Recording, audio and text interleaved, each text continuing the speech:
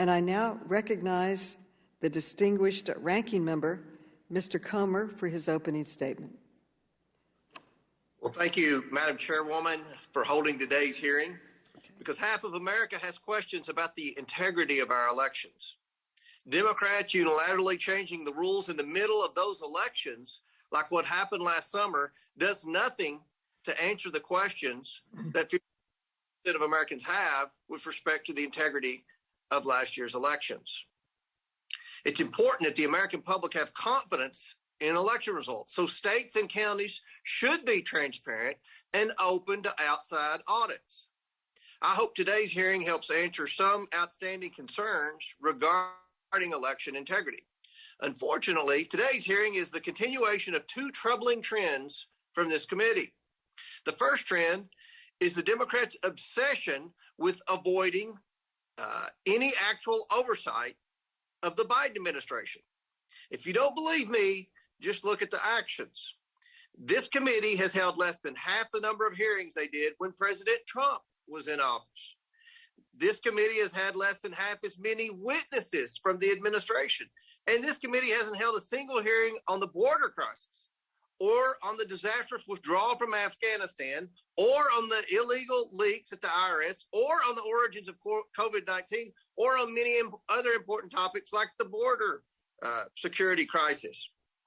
The second trend is the Democrats' current obsession with investigating anything coming out of the states.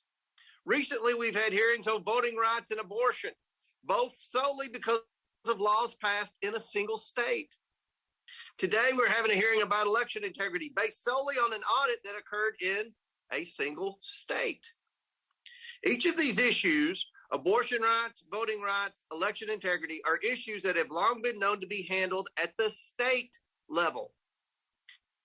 Yet this committee cannot resist wading into state issues, attempting to trample all over the 10th Amendment.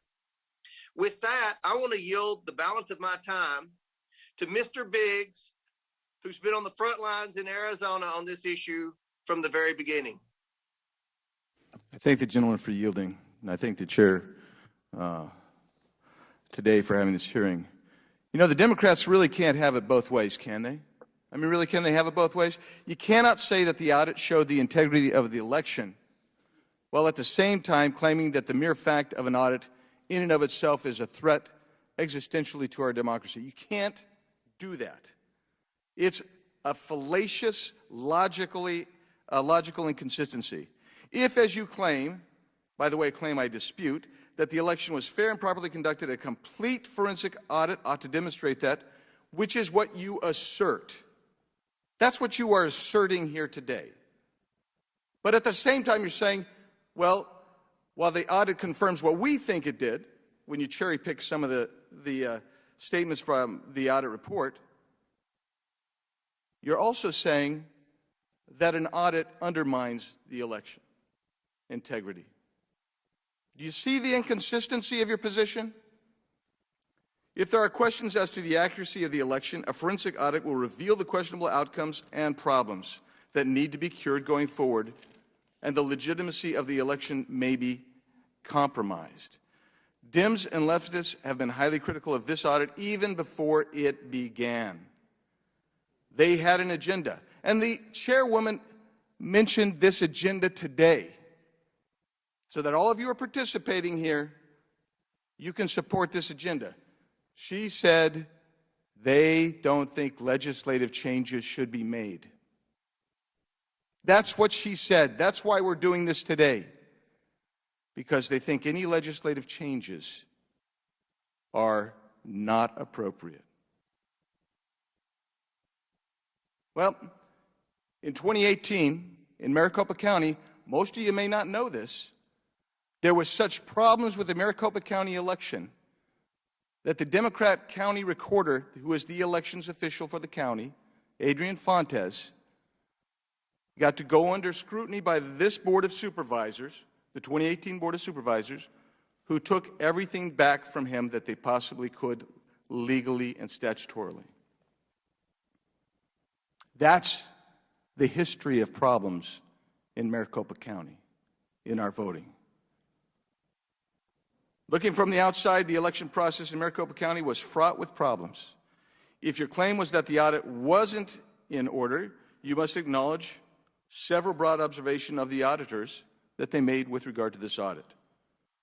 It's everything from procedure and conduct or misconduct on the part of the board and specific elected officials. You cannot argue that the question regarding election integrity from the right is an attack on our democracy, our constitutional republic, especially after 4 years of the Democrats claiming that the 2016 presidential election was stolen because of Russian interference.